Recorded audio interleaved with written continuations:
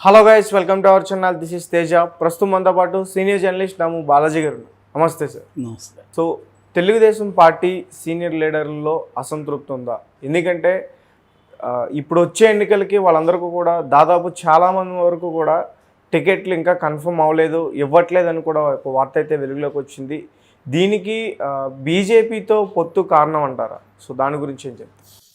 ఇప్పుడు గత కొంతకాలం నుంచి చంద్రబాబు అక్కడ ఉండవల్లిలో ఆయన ఇంట్లో కూర్చొని అనేక మంది తెలుగుదేశం నాయకులతో ప్రత్యక్షంగా మాట్లాడుతున్నారు. ఒక పక్క కెమెరాలతో ఫోన్లలో మాట్లాడుతున్నారు, వీడియో కాల్స్లో మాట్లాడుతున్నారు. అందరినీ ఆయన శాంతపరచడానికి ట్రై చేస్తున్నాడు. మీరు త్యాగాలకు సిద్ధం కావాలి అని పిలిపిస్తున్నాడు. దీని వెనక ఏముంది, ఎందుకు ఇలాగ ఉన్నారు? కొంతమంది ఇప్పుడు గోరంట్ల బుచ్చయ్య చౌదరి ఆయన ఓపెన్గానే మాట్లాడారు. రాజమండ్రి రూరల్ ఎమ్మెల్యే ఆయన ఓపెన్గానే సీనియర్స్కి ఖచ్చితంగా టికెట్లు ఇవ్వాలి, జనసేనకో బీజేపీకో ఇస్తే కుదరదు, నాకు ఖచ్చితంగా ఇస్తారని నమ్ముతున్నానని ఆయన మాట్లాడారు. జేసీ ప్రభాకర్ రెడ్డి మొన్న నాకైతే మా ఇంట్లో ఇద్దరికి ఇస్తానంటున్నారు, ఒక ఎంపీ ఒక ఎమ్మెల్యే, నాకేమి ఇవ్వనని అయితే ఆయన ఏం చెప్పలేదు, నాకే ఇస్తారని నేను అనుకుంటున్నానని ఆయన అంటున్నాడు. ఇక బోండా ఉమా లాంటి వాళ్ళు అయితే ఊరేగింపులు బల ప్రదర్శనలు చేస్తున్నారు. భూమా అఖిలప్రియ ఒక పక్క తిరుగుతుంది. తర్వాత గంటా శ్రీనివాస్ ఆయన నా కొడుకు ఇవ్వాలి, నాకు ఇవ్వాలని ఆయన అడుగుతున్నాడు. అయ్యన్న పాత్రుడు నా కొడుకు విజయ్కి ఇవ్వండి, నాకు ఇవ్వండి అని ఆయన అడుగుతున్నాడు. ఆలపాటి రాజా ఆయన అడుగుతున్నాడు. మండల బొద్దా ప్రసాద్, బోడే ప్రసాద్, ఎన్ఎస్ వర్మ, బొడ్డు వెంకటరమణ వీళ్ళందరూ కూడా తీవ్రమైన ఆందోళనలో ఉన్నారు. అంటే దాదాపు సూపర్ సీనియర్స్ అని చెప్పచ్చు కొంతమంది వీళ్ళల్లో. ఈ సూపర్ సీనియర్స్కి ఎవరికి కూడా ఈసారి టికెట్ ఇచ్చే పరిస్థితి కనబడలేదు. సో వీళ్ళందరిలో కూడా ఒక తిరుగుబాటు వస్తుంది. నిన్ననే న్యూజివీడు తెలుగుదేశం నాయకుడు వెంకటేశ్వరరావు ఆయన పెద్ద ఎత్తున బల ప్రదర్శన చేశాడు కార్యకర్తలతో. ఆయన స్టేజ్ మీద భావోద్వేగానికి గురై కన్నీళ్లు పెట్టుకున్నాడు. ఆయన మీడియాతో కూడా మాట్లాడాడు. నాకు ఇవ్వకపోతే మాత్రం నేను కార్యకర్తలు ఒప్పుకోరు అంటున్నాడు. మీరేం చేస్తారంటే కార్యకర్తలు ఏం చెప్తారు చేస్తాను అంటున్నాడు. అంటే క్లియర్గా ఆయన కూడా తిరుగుబాటు చేసేట్టుగా కనిపిస్తూ ఉంది. ఇలాగా ఇంకొక పక్క గుంటూరు ఉయ్యూరు శ్రీనివాస్కి ఇస్తా అన్నారు, భాష్యం ప్రవీణ్ అన్నారు. సో వాళ్ళిద్దరూ ఆశలు పెట్టుకున్నారు. కాకినాడ సానా సతీష్, నెల్లిమల్ల బంగారాజు. సో ఇలాగా అనేక వైపుల నుంచి చంద్రబాబుకు తిరుగుబాట్లు అనేవి తెలుగుదేశంలో స్టార్ట్ అవుతాయి. ఇప్పటివరకు టికెట్లు అనౌన్స్ చేయలేదు, కానీ ఆయన కొంతమందికి మీరు వెళ్ళి ప్రచారం చేసుకోండి అని చెప్తున్నాడని అంటున్నారు. ఎందుకంటే ఓపెన్గా ప్రకటిస్తే ఇబ్బంది అని చెప్పి. సో దీనికి ప్రధాన కారణం బీజేపీతో పొత్తే. ఎందుకంటే జనసేనతో అయితేనా కనీసం పవన్ కళ్యాణ్ తన మాట వింటాడు.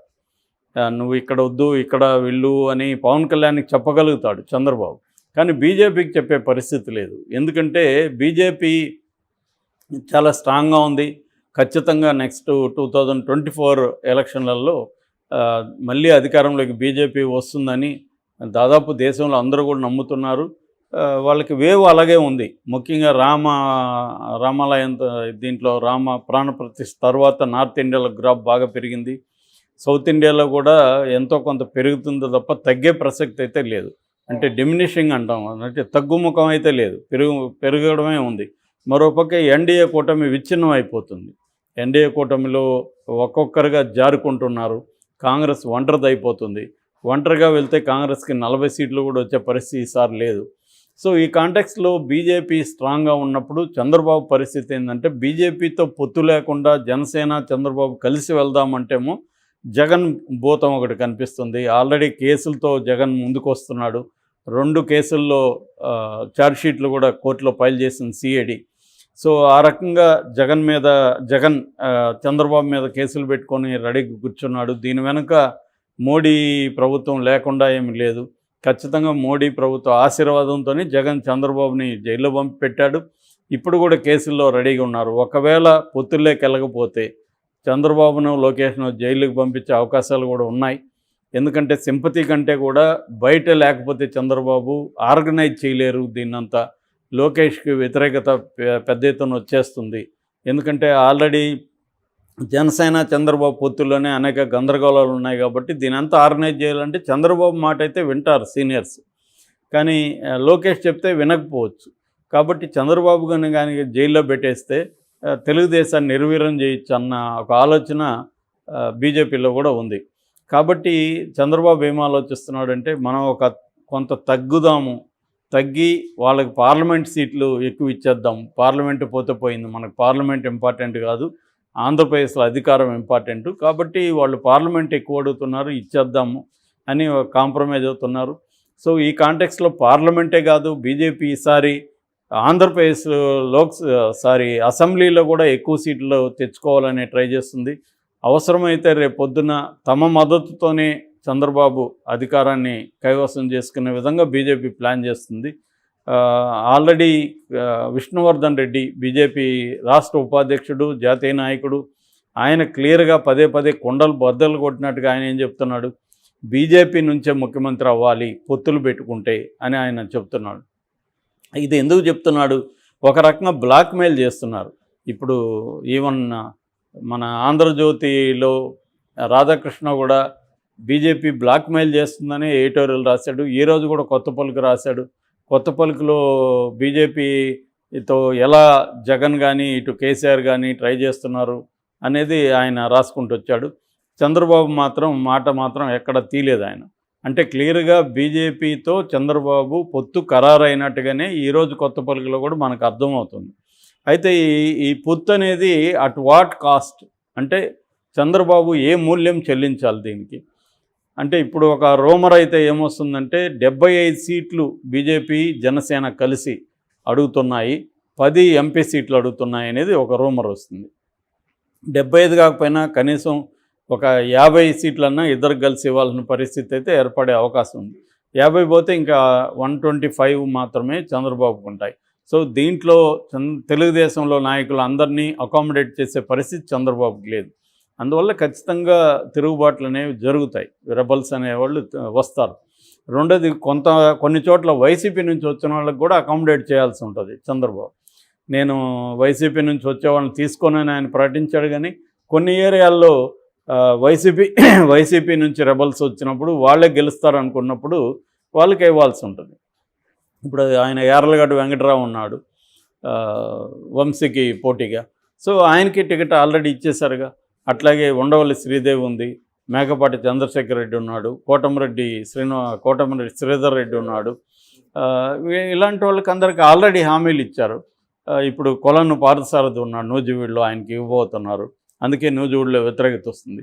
ఇలాగ వైసీపీ నుంచి కనీసం ఒక 10 మంది కన్నా ఎంపీలు ఎమ్మెల్యేలు కలిపి ఇవ్వాల్సిన పరిస్థితి ఉంటుంది. బీజేపీకి ఇవ్వాల్సి ఉంటుంది, జనసేనకి ఇవ్వాల్సి ఉంటుంది. అందువల్ల తెలుగుదేశంలో రెబల్స్ పెద్ద ఎత్తున వచ్చే అవకాశం అయితే ఉంది. ఆల్రెడీ వైసీపీలో పెద్ద ఎత్తున రెబల్స్ వస్తున్నారు. ఆల్రెడీ వైసీపీలో 30 మందికి పైన ఆయన సిట్టింగ్స్ని పక్కన పెట్టేశాడు. దానివల్ల అక్కడ కూడా రెబల్స్గా మారే అవకాశం ఉంది. సో కాకపోతే ఏంటంటే ఇప్పుడు ఒక విచిత్రమైన వాతావరణం. ఇంతకుముందు ఒక పార్టీలో రెబల్స్ ఇంకొక పార్టీలోకి వచ్చేవాళ్ళు, ఇవాళ అది కష్టమైపోతుంది. ఒక పార్టీ నుంచి ఇంకో పార్టీకి కూడా వెళ్ళదని ఆల్రెడీ ఆ పార్టీలో కూడా రెబల్స్ ఉన్నారు. సో ఇది ఒక డిఫికల్ట్ సిచ్యువేషన్గా మనం చెప్పుకోవచ్చు అన్ని పార్టీల్లో. అది ఓన్లీ చంద్రబాబుకే పరిమితం కాదు. ఇప్పుడు టాపిక్ చంద్రబాబు కాబట్టి నేను అది చెప్తున్నాను. ఇంతకుముందు కూడా వైసీపీలో రెబల్స్ మీద కూడా నేను మాట్లాడాను. సో అన్ని పార్టీల్లో ఉంది. ఈవెన్ జనసేనకు కూడా ఇదే ప్రాబ్లం. జనసేనలో ఎప్పటి నుంచో జెండా మోసిన వాళ్ళ పరిస్థితి ఏంటి, కొత్తగా జనసేనలోకి చేరిన వాళ్ళకే ఇంపార్టెన్స్ ఇస్తున్నారు. ఫర్ ఎగ్జాంపుల్ విశాఖ శివశంకర్ అక్కడ జనసేనలో ఎప్పటి నుంచో ఆయన పనిచేసుకుంటుంటే ఇప్పుడు వచ్చి వంశీకృష్ణ యాదవ్ మొన్న ఎమ్మెల్సీ, వైసీపీ ఎమ్మెల్సీ, ఆయన వచ్చి జనసేనలో చేరినాడు. ఇప్పుడు ఆయనకి ఇంపార్టెన్స్ ఇస్తున్నారు. మనవైపు టీడీపీ నుంచి వైసీపీలోకి, వైసీపీ నుంచి జనసేనలోకి వెళ్ళిన పంచకర్ల రమేష్కి ఇంపార్టెన్స్ ఇస్తున్నారు. దాంతో శివశంకర్ గొడవ చేసే అవకాశాలు ఉన్నాయి. ఇట్లా ప్రతి చోట కూడా జనసేన వాళ్ళల్లో కూడా ఇబ్బందులు ఉన్నాయి. విజయవాడ వెస్ట్లో అదే పరిస్థితి. సో ఇలాగా జనసేనలోనూ రెబల్స్ ఇంకా తయారవుతారు, తెలుగుదేశంలో రెబల్స్ సంఖ్య బాగా పెరుగుతుంది. ఈ తిరుగుబాట్లని ఎలా చంద్రబాబు డీల్ చేస్తాడనేది చాలా ఆయనకి పెద్ద ఛాలెంజ్గానే మనం చెప్పచ్చు. దీనికి ప్రధాన కారణం బీజేపీతో పొత్తు అని కూడా మనం చెప్పచ్చు. బీజేపీతో పొత్తు లేకపోతే జనసేన కూడా అన్ని డిమాండ్ చేసే పరిస్థితి ఉండదు. ఇప్పుడు బీజేపీ పొత్తు వల్ల జనసేన తరపున కూడా బీజేపీ డిమాండ్లో చేస్తుంది.